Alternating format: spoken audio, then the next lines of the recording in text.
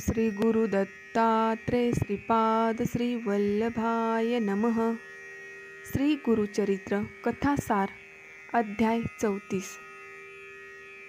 पराशर ऋषींनी सुधर्म व तारक यांच्या भविष्यकाळाची कल्पना स्थूल मनानं भद्रसेन राजाला दिली होती, पण तेवढ्यानं राजाचं समाधान झालं नव्हतं।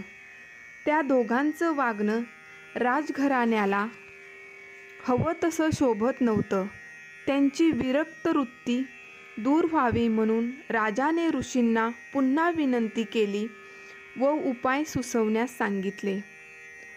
पराशर ऋषींना राजाची दया आली।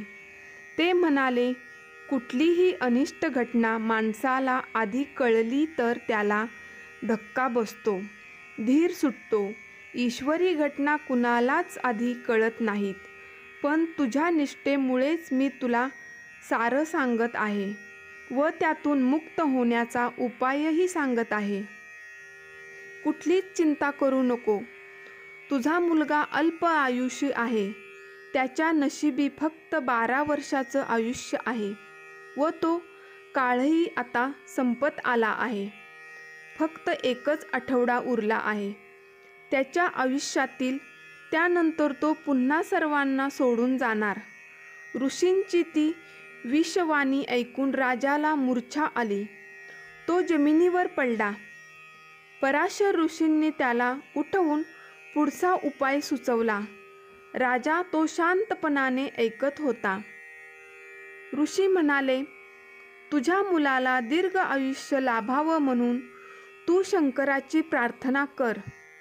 त्यांच्या नावाने रुद्राभिषेक व 10,000 जप करून घेण्याची व्यवस्था कर। त्यासाठी 100 विद्वान ब्राह्मणांना बोलावून घे, त्यांच्याकडून हे सर्व विधी पूर्ण करून घे। ब्राह्मणांना भरपूर दक्षिणा दे, त्यांना संतुष्ट कर। ते दयासागर तुझी चिंता दूर करतील ही खात्री असू दे। राजाने 100 ब्राह्मणांना बोलावण्याची व्यवस्था केली। सर्वजण आल्यावर त्यांना आपल्या मनाची हेतू सांगितला। रुद्राभिषेक व जप करण्याची विनंती केली, त्यांना नमस्कार केला। दुसऱ्या दिवसापासून ब्राह्मणांनी आपल्या कामाची सुरुवात केली।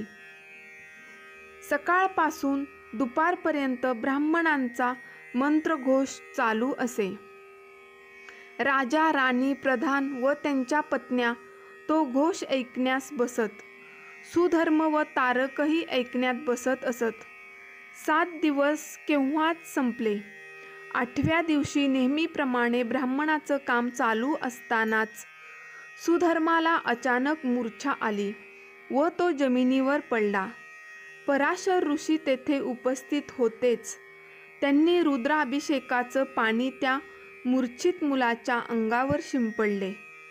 ब्राह्मणांनी मंत्राक्षता टाकल्या।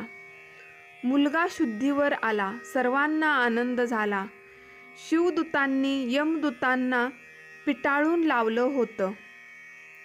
ते परत यमराजाकडे गेले। सारा प्रकार त्यांना सांगितला। यमराजाने चित्रगुप्ताकडे चौकशी केली। मुलाच्या आयुष्यात प्रथम 12 वर्ष आयुष्य लिहिलेलं होतं, पण त्याचे पुढचे 12,000 वर्षाचा उल्लेख होता। यमराजाने चूक कबूल केली। मुलगा दीर्घायुष्य झाला। रुद्राभिषेकाचा व जप केल्याचा उत्तम उपयोग सुचविणाऱ्या पराशर ऋषींच्या चरणी सर्वांनी मस्तक टेकून त्यांची प्रार्थना केली। एक भयंकर अरिष्ट दूर झाल्याचा सर्वांनाच आनंद झाला। जय जय रघुवीर समर्थ।